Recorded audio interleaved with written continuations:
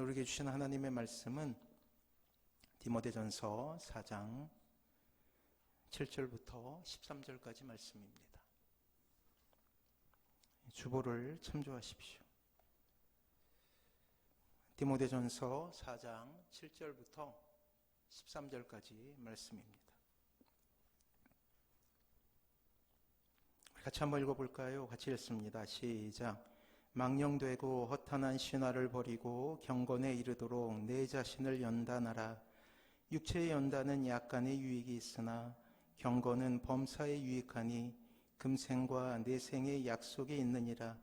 mit보다 이 말이여 모든 사람들이 받을 만하도다. 이를 위하여 우리가 수고하고 힘쓰는 것은 우리 소망을 살아계신 하나님께 둠이니 곧 모든 사람 특히 믿는 자들의 구주시라. 너는 이것들을 명하고 가르치라.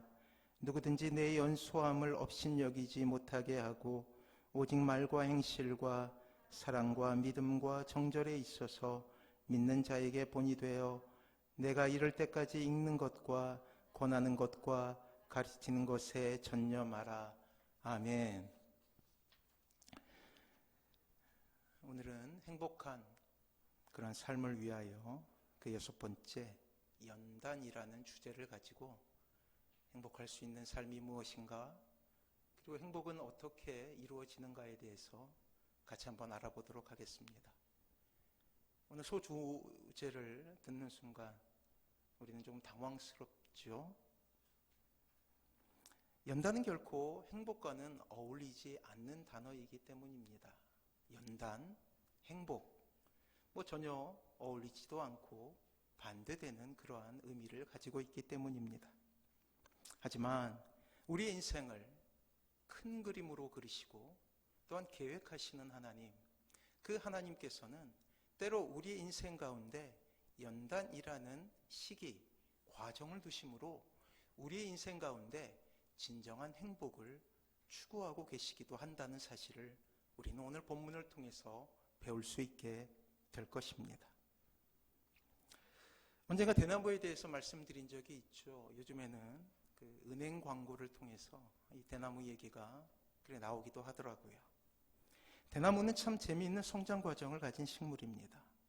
대나무는 싹을 땅에 심게 되면 4년, 때로는 5년, 때로는 더 길게 아무 일도 그 지상, 즉 땅 위에서는 일어나지 않을 때도 있다라는 거예요. 물을 주고 걸음을 주고 또 물을 주고 걸음을 줍니다.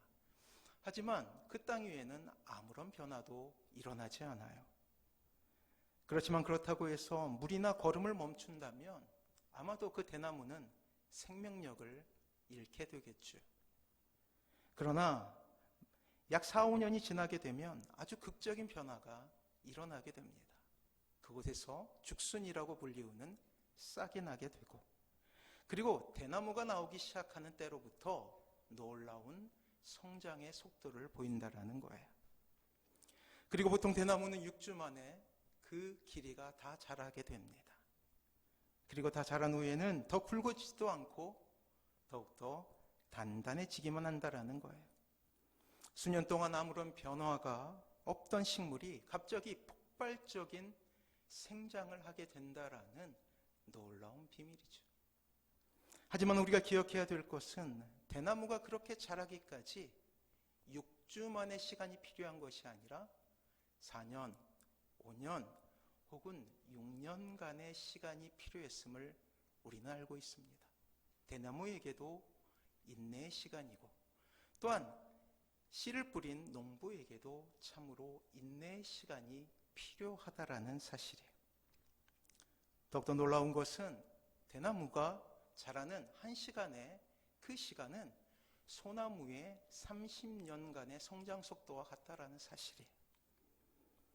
그리고 대나무는 부러지지 않기 위해서 한 번 멈추어 서게 됩니다.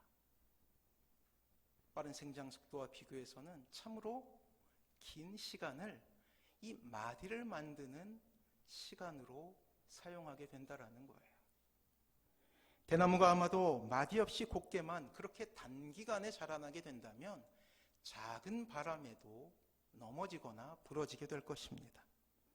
때문에 부러지지 않기 위해서 대나무는 마디를 만들어 나가는 것이에요. 어쩌면 빠르게 성장하는 대나무에게 있어서 필요 없는 시간처럼 여겨질 수도 있을 것입니다. 혹은 마디를 만들어내는 작업은 번거롭게 느껴지고 그리고 힘든 과정이라고 할 수 있어요. 왜냐하면 빠르게 자라는 것보다는 더욱더 많은 에너지를 이 마디를 만든 과정 속에 이 대나무는 에너지를 사용해야 했기 때문입니다. 그렇습니다. 목표를 향해 가는 아주 힘든 시간이죠. 그러나 우리가 잘 알고 있듯이 힘들지만 이 마디를 만들어내는 과정은 반드시 자신을 지키기 위해서 필요한 시간이라고 할 수가 있어요. 바람으로부터 심지어는 큰 나무도 쓰러지는 폭풍과 태풍 가운데서도 하나의 상처도 입지 않는 이유가 이 마디 가운데 있기 때문이에요. 대나무가 쓰러지거나 부러지지 않고 올곧게 설 수 있는 이유가 되는 그러한 시간이라는 것이죠. 쓸모없이 고통만 주는 때라고 생각되지만 그 진가는 태풍이라는 거대한 재난 가운데서 발휘하게 되는 것입니다. 사랑하는 성도 여러분, 우리 신앙생활에 있어서도 이렇게 마디가 만들어지는 과정이 있어요. 제가 오랫동안 신자들의 그 신앙의 성장을 보니 대부분은 계단과 같더라고요. 한 걸음 나아가게 되면 정체되는 시간이 있어요. 이 정체되는 시간 가운데 고난도 임하고 때로는 악한 영의 유혹 가운데로 사로잡히기도 하고, 하지만 지혜롭게 하나님의 말씀과 경건의 도구를 통하여서 이 정체기를 넘어간 사람은 높은 성장의 과정, 즉 신앙의 한 단계를 넘어갈 수 있는 동력을 얻게 됨을 보게 됩니다. 마찬가지로 대나무와 같이 고통스럽지만 우리의 신앙생활 속에서도 이렇게 마디가 되어가는 과정이 있다라는 거예요. 이것을 신앙의 용어로 하면, 아니 오늘 본문 말씀으로 하면, 사도 바울의 입을 빌리자면 그것은 연단이라고 그렇게 표현할 수 있습니다. 하나님의 큰 계획 안에서 우리가 고난이라고 부르는, 어쩌면 우리 인생 가운데 피하고 싶은 단어를 우리의 가운데, 우리의 인생 가운데, 우리의 삶 가운데 놓을 때가 있다라는 거예요. 아주 고통스럽고 우리의 모든 에너지를 쏟아 탈진되지만 반드시 필요한 그러한 때가 있다라는 것입니다. 경건한 우리의 신앙의 선배들은 그것을 광야라고 불렀죠. 심지어 주님께서도 광야에서 훈련을 받으셨습니다. 또한 우리의 신앙의 선배들은 그때를 환난이라고 부르기도 했어요. 자신의 의지와 힘으로는 도저히 이겨내거나 견딜 수 없는 그러한 과정을 말입니다. 하지만 놀랍게도 그 과정은 대나무의 마디와 같이 우리에게 임하게 되는 더 큰 환난을 이기게 하는 놀라운 과정이 됨을 오늘 본문을 통해서 우리는 확인할 수 있게 되는 것입니다. 오늘 본문은 영적 아들에 대한 사도 바울의 애달픈 그런 편지라고 할 수가 있어요. 먼저 우리는 오늘 편지의 주인공인 디모데가 처한 영적 환경에 대해서 알아볼 필요가 있습니다. 디모데는 바울의 제자가 되어 바울과 함께 하나님의 나라에 충성된 참으로 경건하고도 위대한 하나님의 일꾼이었습니다. 헬라인 아버지와 유대인인 어머니 사이에서 태어난 혼혈인이었던 이 디모데는 어릴 적부터 어머니의 영향으로 신앙 안에서 경건한 분위기에서 성장하게 됩니다. 아버지가 헬라인이었으므로 헬라적인 영향을 받아 다신 사상에 빠질 수도 있는데, 놀랍게도 그 어머니가 또한 그 할머니가 신앙이 좋았기에 이 디모데를 경건하게 하나님의 자녀로 키울 수 있었다라는 거예요. 한 분이신 하나님을 사랑하고 이웃에게 선을 베풀며 자라났던 이 청년 디모데가 그의 고향 루스드라에서 모든 사람들의 칭찬을 한 몸에 받는 건실한 청년으로 자라나게 됩니다. 이처럼 평안한 가운데 기독교 교육을 받던 이 디모데의 인생은 이제 그곳을 방문한 사도 바울을 만남으로 활짝 꽃을 피우게 되죠. 그렇습니다. 1차 전도 여행 중 루스드라를 방문한 바울과 디모데가 역사적인 조우를 하게 되는 거예요. 기적을 행하고 복음을 전파하다가 모진 핍박을 받고 때로는 구사일생의 하나님의 도움을 받아서 하나님의 말씀을 전 세계에 전파한 이 사도 바울의 모습은 이 어린 청년 이 디모데에게는 영과 같아 보였습니다. 어려움을 모르고 살아온 디모데에게 무척 인상적이었다는 거예요. 이 만남을 통해서 예수 그리스도를 인격적으로 만나게 됩니다. 영적 아비를 수 있는 바울의 극진한 사랑을 받으며 제자 훈련을 받아 나가 결국은 교회의 지도자가 되죠. 어린 시절을 가정에서 성경 공부를 함으로써 기반이 다져진 디모데의 믿음은 이제 사도 바울의 가르침을 받은 가운데 성숙하게 됩니다. 그리고 결단하죠. 하나님을 위해 내가 헌신하겠다. 온유하고 충성스러운 성품과 훌륭한 인품을 소유한 디모데는 바울의 사랑하고 진실한 영적인 아들이 되어서 그 당시 이 초대교회 그런 엄혹한 시대 속에서도 하나님의 영광을 드러내는 위대한 일꾼이 되어가고 있습니다. 이와 같이 믿음 안에서 참 아들이 된 디모데를 사도 바울은 2차 전도 여행 때 같이 동참시켜요. 그리고 본문에 의하면 디모데는 바울과 떨어져서 에베소에서 목회를 하고 있음을 우리는 오늘 본문을 통해서 발견하게 됩니다. 오늘 본문은 에베소에서 사역하고 있는 디모데의 사역에 있어서 커다란 위기가 찾아왔음을 우리에게 밝히고 있어요. 디모데의 목회 현장은 그리 만만하지는 않았습니다. 디모데라는 이름을 떠올 때마다 늘 바울은 척박한 복음의 현장 속에서 눈물을 흘리고 있는 사랑하는 아들의 이미지가 떠오르게 되죠. 때문에 눈물 많고 여린 영적 아들 디모데에 대한 안타까운 마음이 이 개인적인 서신이라고 할 수 있는 디모데 전후서에는 이렇게 너무나 가슴 아프게 젖어들어 있습니다. 바울의 마음은 에베소에서 홀로 외롭게 사역하는 디모데에게 항상 마음이 가 있었다라는 사실이에요. 벼랑 끝에 선것처럼 위기 가운데 사역하고 있었던 디모데를 위해 사도 바울은 편지를 쓰고 있습니다. 그 편지가 바로 목회 서신이라고 할 수 있는 디모데 전서인 것이죠. 디모데 사역에 있어서 찾아온 위기는 세 가지였습니다. 첫 번째, 그것은 이 초대교회를 덮고 있었던 이단자들의 망령되고 허탄한 신화였어요. 율법주의자들은 디모데의 사역에 직접적인 반대 세력이 됩니다. 사도 바울에게도 위기가 되었으니 이 심성 곱고 그리고 연약한 디모데에게는 참으로 결정적인 어려움이 되었던 것이죠. 이단의 바로와 이단의 거짓 교사들에게 귀 기울이는 성도들의 모습을 볼 때마다 사도 바울의 마음은 무너지기 시작했어요. 참으로 젊은 사역자에게 감당이 되지 않는 일이 이 디모데에게 일어나게 된 것입니다. 거친 광야도 같은 세상에서 하나님의 교회를 위해서 헌신했던 이 디모데에게 커다란 좌절이 찾아왔다라는 것입니다. 너무나 힘든 순간이 찾아오게 된 것이죠. 두 번째, 그것은 교회 내에서 받게 되는 사역의 위기가 있었습니다. 디모데는 물론 하나님께서 쓰시는 위대한 하나님의 일꾼이기도 했지만 심성적으로 보면 굉장히 유약한 사람이었어요. 한 번도 고난을 겪어본 적이 없거든요. 부끄러움을 잘 타는 소심한 성격을 가지고 내성적이었기 때문에 작은 말에도 상처를 받는 그러한 사람이었습니다. 때문에 교회 내에 그의 입지는 날로 좁아질 수밖에 없었죠. 오늘 본문 12절은 당시의 정황에 대해서 이렇게 이야기하고 있습니다. 우리 12절을 통하여서 디모데가 처했던 그러한 상황을 한번 추적해 보도록 하겠습니다. 12절 같이 읽습니다. 시작. 누구든지 내 연소함을 업신여기지 못하게 하고 오직 말과 행실과 사랑과 믿음과 정절에 있어서 믿는 자에게 본이 되어. 그렇습니다. 우리가 잘 아는 대로 이미 에베소 교회는 바울의 영적 지도력을 경험한 교회였죠.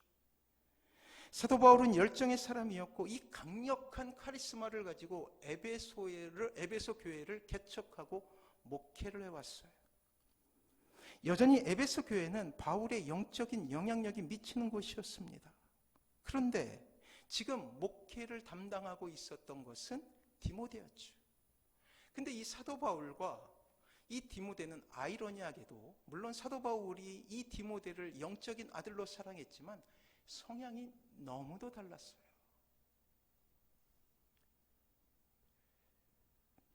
강직하고 강철 같고 그리고 불도저와 같은 사도 바울에 비해서 이 디모데는 너무나 유약했던 거예요. 이 성심이 착했던 사람이죠. 유약한 마음을 가지고 있었고 문제를 헤쳐나갈 수 있는 용기가 없었어요. 사람들의 소문과 오해 그리고 참소에 대해 디모데는 쉽게 영향을 받았고 이것은 그의 목회 사역 전체를 위기로 몰아가는 원인이 됩니다. 사람들이 이게 자꾸 바울과 비교하는 거예요. 그러니 유약한 디모데는 참으로 그러한 비교 가운데서 큰 상처를 입게 된 것이죠. 그리고 그의 목회 사역의 사역 전체는 위기로 빠져들게 됩니다. 디모데의 지도력은 시험을 받았고 위기를 맞았으며 사람들은 지도자인 그를 때로는 무시하기도 했어요. 이것이 두 번째 디모데가 겪게 되는 목회 사역에 있어서 위기였습니다. 그리고 마지막으로 디모데가 처한 목회 사역의 위기 그 세 번째는 병약한 자신의 육체로 인한 고난이었어요. 디모데전서 5장에 보면 디모데에게 건강의 문제로 조언하는 장면이 나옵니다. 우리 5장 23절을 제가 한번 읽어보도록 할게요. 한번 들어보십시오. 이제부터는 물만 마시지 말고 내 위장과 자주 나는 병을 위하여는 포도주를 쓰라. 교회 내에서 이게 구습을 놓지 못해서 이렇게 술을 이렇게 즐기시는 분들이 좋아하는 말씀이죠. 핑계가 되지 못합니다. 디모데의 스승이며 영적인 아버지였던 사도 바울은 에베소에서 목회하는 젊은 목회자 디모데에게 서신을 보내며 디모데의 건강을 염려하고 있어요. 실제적으로 이 연약한 건강으로 인하여서 디모데는 커다란 위기에 빠집니다. 디모데는 먼저는 위장이 약했고 자주 병이 나는 체질이었다라는 거예요. 이러한 건강상의 문제는 개인의 건강의 문제로 그치는 것이 아니었습니다. 늘 성경 공부할 때마다 제가 말씀드리죠. 영혼과 육체는 긴밀한 연관을 가지고 있다. 그래서 영혼이 병들게 되면 육체도 병들게 되고 반대로 육체가 병들게 되면 영혼도 문제가 생긴다. 마찬가지로 이러한 연약함 가운데 디모데는 있었던 거예요. 이렇게 디모데는 목회 활동에 있어서 세 가지 위기 가운데 있었어요. 이러한 세 가지 목회적 위기는 더 이상 디모데가 사역을 지속하지 못할 정도로 큰 위기가 됩니다. 번아웃을 일으키게 된 거예요. 디모데는 지속적으로 겪게 되는 목회 사역의 어려움으로 지쳐가게 되죠. 고독한 그 목회의 길에서 만나는 수많은 어려움은 이 젊은 목회자를 탈진시켰고 겉으로 드러나게 되는 질병은 이제 그 모든 사역을 그만두고 싶다라는 포기의 이유와 핑계가 될 수밖에 없었습니다. 그의 목회 인생에 있어서 가장 큰 위기 가운데 고통당하고 있었다라는 거예요. 이때 사도 바울은 이 여린 디모데에게 편지를 보내게 됩니다. 늘 그랬듯이 사도 바울은 영적 아비로 눈물의 편지를 이 디모데에게 보내고 있었어요. 디모데의 수고와 노력에도 무너져가고 있는 그 목회 사역을 다시 일으킬 수 있는 비결을 아들 디모데에게 전하고 있습니다. 눈물을 흘리며 서신서를 통해서 바울은 위와 같은 세 가지 문제를 안고는 더 이상 사역의 길, 하나님의 비전의 길을 갈 수 없는 것을 알고 있었기 때문이에요.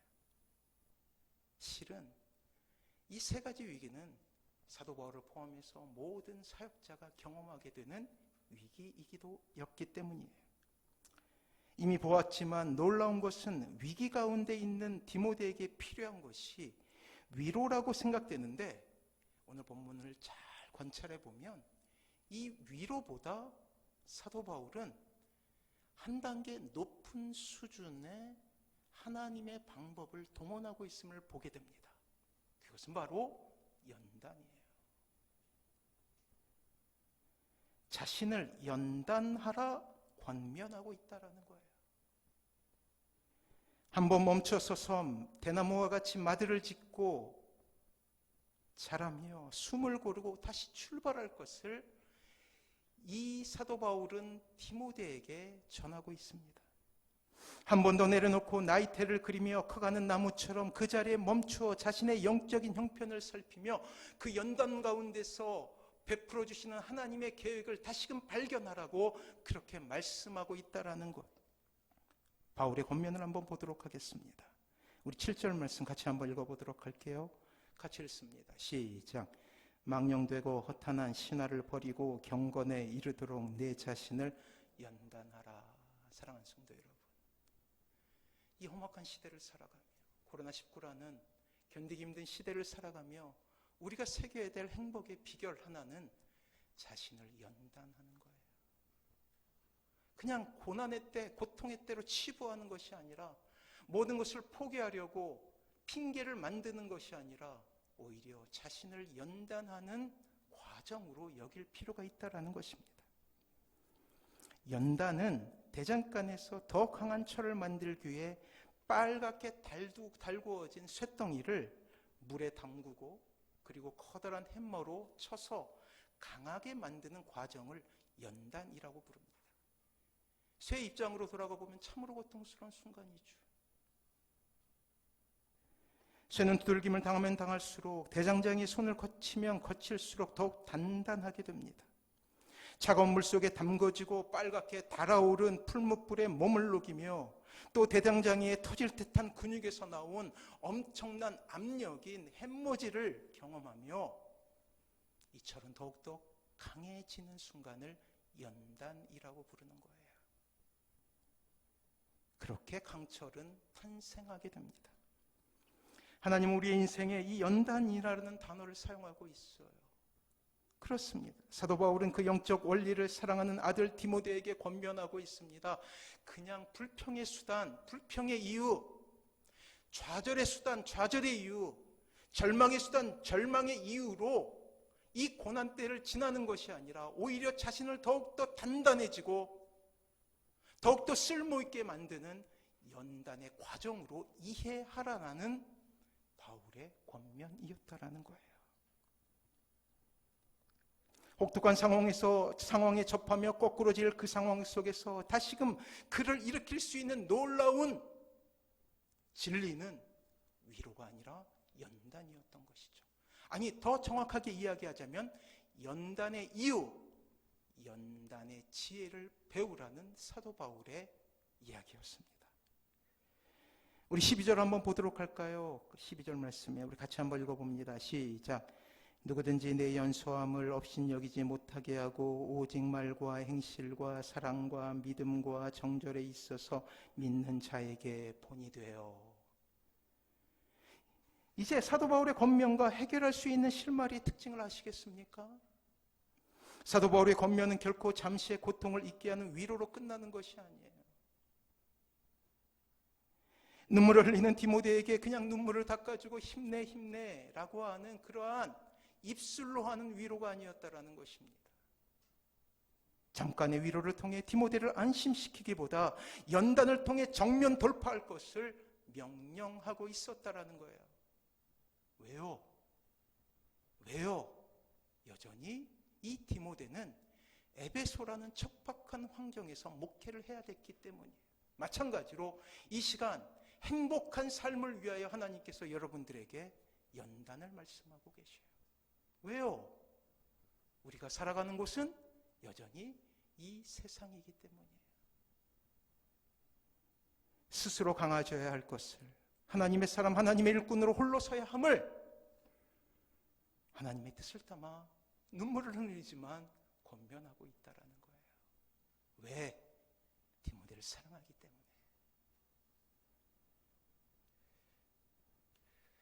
그렇습니다. 사도 바울은 이단의 사상가로부터 고난, 유약한 자신의 모습, 우유부단한 자신의 모습으로부터 고난, 또 병약한 자신의 육체와 싸워서 이길 것을 권면하고 있다라는 사실입니다. 사랑하는 성도 여러분, 오늘 주님은 분명히 하나님의 말씀을 통해 우리의 삶의 거룩한 멈춤이 필요함을 이야기하고 있어요. 연단의 때임을 알아라라는 하나님의 명령이 담겨져 있죠. 더 이상 진보하지 못하는 신앙생활에 우리가 시간을 내어줄 수 없습니다. 그저 불평함으로, 그저 핑계함으로 이 시간을 보낼 수 없어요.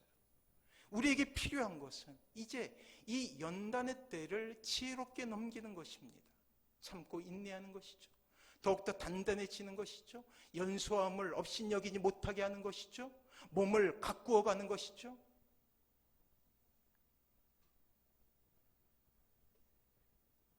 오히려 자신을 연단하여 더욱 강해져야 함을 가르치고 있다라는 거예요. 사랑하는 성도 여러분, 물론 힘들죠. 아프죠.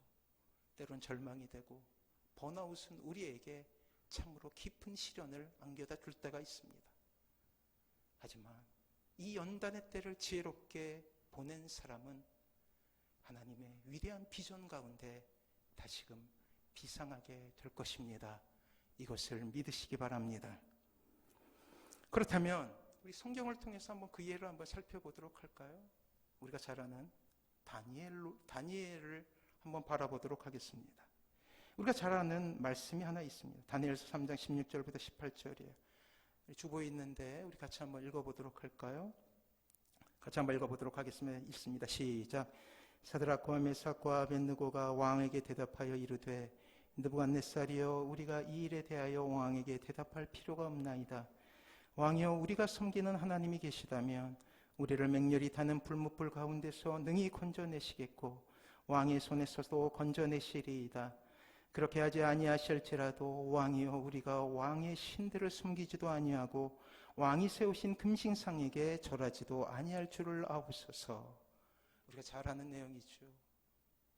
느부갓네살 왕은 금으로 신상을 만들고 낙성식에 제국의 모든 총리와 관원들을 모집하게 됩니다. 그리고 느부갓네살 왕이 세운 금신상에 절하라는 명령을 내리죠. 누구든지 엎드려 절하지 아니하는 자는 맹렬히 타는 풀무불 가운데 던져 넣으라는 명령을 내리고 풀무를 만들어서 그 법에 준헌함을 세상 속에 알리게 됩니다. 사드락과 메삭 아벳느고 다니엘의 세 친구는 왕의 존경을 받는 신하들이었어요. 그들은 신상이 건립되는 현장을 지나가며 아무런 사고 없이 그 신상이 잘 건설되길 바랬던 일상이었습니다. 그런데 완공되자마자 그들에게 그 신상은 절망이 돼요. 연단의 순간이 됩니다. 이제 그 신상과 늘 친근하게 만나는 제국의 황제는 그들에게 있어서 하나의 결단의 대상이 된다라는 거예요. 위험의 순간이고 그리고 절망의 순간이죠. 그들의 생명을 내어놓는 일생일대의 가장 커다란 마디를 만들어내는 순간이었어요. 그렇습니다. 다니엘의 세 친구에게 있어 절체절명의 위기의 순간이었죠. 하나님을 섬기기에 당하는 고난이었어요. 인간적인 눈으로 볼 때 결코 살 수 있는 그 어떤 방법도 없습니다. 선택이란 것 자체가 그들에게 있어서는 죽음과 삶을 결정하는 결정적인 이유가 되었기 때문이죠. 그리고 곧 우리는 그들의 위대한 고백을 듣게 됩니다. 다니엘 3장 17절과 18절 제가 읽어보도록 하겠습니다. 왕이여, 우리가 섬기는 하나님이 계시다면 우리를 맹렬히 타는 풀무불 가운데서 능히 건져내시겠고 왕의 손에서 건져내시리이다. 그렇게 하지 아니하실지라도 왕이여, 우리가 왕의 신들을 섬기지도 아니하고 왕이 세우신 금신상에게도 절하지도 아니할 줄을 아옵소서. 뭐라고 이야기하고 있습니까? 아니하실지라도. 그렇습니다. 그리 아니하실지라도 이것이 하나님 안에서 그 모든 고난과 절망과 위기의 순간을 지나는 유일한 고백은 그리 아니하실지라도라는 믿음의 결단과 고백이라는 사실이에요. 사랑하는 성도 여러분, 연단의 때를 지나가고 있습니까? 그러면 고백해 보십시오. 그리 아니하실지라도. 아니하실지라도. 다니엘 역시 이와 비슷한 경험을 하게 되죠. 이제 정권이 바뀌고 다리오 왕 때 다니엘은 크게 쓰임받아서 고관이었던 120도의 그러한 지도자들 중에서도 가장 큰 위치에 올라가게 됩니다. 이때 라이벌들에게 참소를 당하며 이러한 시험 가운데 빠져들게 되었어요. 30일 동안 아무도 왕 외에 어떤 신에게나 사람에게도 기도하지 말라는 것이었어요. 이것은 매일매일 그의 거룩한 습관이었던 기도를 멈추게 하는 것이었습니다. 그러나 금령이 내려진 후 그것은 삶과 죽음을 나는 기준이 되었다는 거예요. 연단이죠. 고난이죠. 단순히 기도는 기도에 그치지 아니하고 삶과 죽음의 경계를 넘나들 수 있는 이유가 되었다라는 거예요. 그리고 다니엘은 우리에게 위대한 신앙인의 위대한 결단을 보게 합니다. 우리 6장, 다니엘서 6장 10절 말씀 주보로 참조하십시오. 같이 한번 읽어보겠습니다. 같이 읽습니다. 시작. 다니엘이 이 조서에 왕의 도장이 찍힌 것을 알고도 자기 집에 돌아서는 윗방에 올라가 예루살렘으로 향한 창문을 열고 전에 하던 대로 하루 3번씩 무릎을 꿇고 기도하며 그의 하나님께 감사하였더라. 성경은 이렇게 묘사하지 않습니까? 예루살렘으로 향한 창문을 열고, 아마도 대적자들, 모함자들은 그 습관을 미리 연구했을 거예요. 일정한 시간이 되면 하루 3번씩. 이 다니엘은 문을 열고 기도합니다. 오히려 적대자들에게 문을 열고 자신의 기도하는 모습을 일부러 보이고 있어요. 결국 하나님은 이 위대한 결단 위에 복을 내리고 있음을 우리에게 보여주죠. 사자굴에 던져졌지만 사자들은 결코 다니엘을 해칠 수가 없었습니다. 사랑하는 성도 여러분, 우리 인생 가운데 연단을 통해 그 거룩한 마디를 만들어 가시는 하나님의 그 마음을 아십니까? 이 고난의 때 코로나19라는 절체절명의 위기의 순간 가운데 여전히 우리를 사랑하시고 우리를 아픈 마음으로 지켜보고 계신 하나님의 마음을 우리는 봐야 한다는 것이에요. 연단의 시간이 없고는 결코 우리는 위대한 신앙의 사명일 가운데 설 수 없음을 하나님은 잘 알고 계시기 때문 아닙니까? 사랑하는 성도 여러분, 때로 우리의 인생 가운데도 디모데와 같이, 때로는 다니엘의 세 친구와 같이, 혹은 다니엘과 같이 우리의 인생 가운데 연단의 시간을 지낼 때가 있다라는 것입니다. 가족들의 불편한 저항을 경험하기도 하고 삶의 위기가 찾아올 수도 있으며 주위 사람들의 조롱의 시선을 경험할 때도 있습니다. 가정의 경제가 무너지기도 하고 자녀들의 실패를 목도하며 절망 가운데 놓일 때도 있고, 때로는 말로 못하는 그러한 조롱 가운데 마음이 무너질 때도 있습니다. 우리의 편안한 일상을 접고 하나님의 사람으로 하나님 편에 서야 되는 결단의 순간이 있다라는 거예요. 그렇습니다. 사랑하는 성도 여러분, 하나님께서는 우리에게 교회에 출석하고 또 헌금하는 것 이상의 요구를 할 때가 있어요. 마디를 만들어 가자는 과정이죠. 우리의 일상에서도 하나님께서는 믿는 사람으로서의 모습을 세상에 보여줄 것을 그렇게 결단을 요구하실 때가 있다라는 거예요. 결단을 통해 하나님과 동행할 것을 명령하실 때가 있다라는 것입니다. 때로 그것은 물질의 문제일 수도 있고 자녀의 문제일 수도 있습니다. 직장 생활 속에서 우리에게 믿는 이의 거룩함을 보여야 될 때일 수도 있습니다. 물론 힘들죠. 쉽지 않죠. 때로는 절망이죠. 눈물이죠. 하지만 이 연단의 때를 잘 무사히 견뎌내는 사람에게 이 연단은 더욱더 강력한 하나님의 사람이 될 수 있는 과정이 됨을 우리는 고백할 수 있어야 되는 것입니다. 다니엘의 세 친구, 그 풀무 속에 함께 있었던 주님을 기억하십니까? 세 사람이 들어갔는데 사람들이 보니까 4사람이 보이는 거예요. 그래요. 성육신 하기 전에 주님이셨던 것이에요. 사랑하는 성도 여러분, 행복한 삶을 위해 여러분들은 어떻게 이 시간을 보내시겠습니까? 행복한 삶을 위해 그 6번째는 연단이에요. 아니, 정확히 이야기하자면 연단으로 여기는 그러한 지혜이죠. 연단의 순간을 불평과 환멸로 보낸다면 그것은 그냥 우리를 불행하게 하는 이유가 될 거예요. 하지만 이 연단의 고난과 아픔과 절망을 연단의 순간으로 우리가 이해하고 있다면 그것은 더욱더 우리를 성숙하게 하는, 그리 아니하실지라도라는 위대한 고백을 하게 하는 그러한 순간으로 만들어 주게 될 것입니다. 사랑하는 성도 여러분, 깊은 성찰과 고민이 있어야 새로운 진보가 있는 거예요. 고민하십시오. 더욱더 아파하십시오. 때로는 절망하십시오. 하지만 잊지 말아야 될 것은 그 절망과 고민과 아픔 가운데 반드시 하나님의 계획이 있다라는 거예요. 한 당의 도약을 위해 연단 가운데 마디를 만드는 대나무처럼 우리의 삶에 거룩한 마디를 만들어 가시는 하나님을 기대하십시오. 아무리 강한 바람에도 능히 견디며 올곧게 서서 하나님의 사람이 이 땅에 얼마나 당당하게 설 수 있는가를 보여주십시오. 물론 실패할 수도 있어요. 하지만 다시 일어나면 돼요. 오늘 못했으면 내일 하면 되거든요. 연단은 우리를 절망하게 하는 순간이 아닙니다. 연단은 우리를 아프게 하시려고 하나님께서 만들어 놓은 시간이 아니, 우리를 더욱더 강하게 하고 더욱더 비전의 사람이 되게 하며 더욱더 하나님을 바라보게 하는 놀라운 하나님의 시간이 됨을 기억하시기 바랍니다. 이 은혜로 주님 앞에 서시는 사랑하는 모든 성도님들 되시길 주님의 이름으로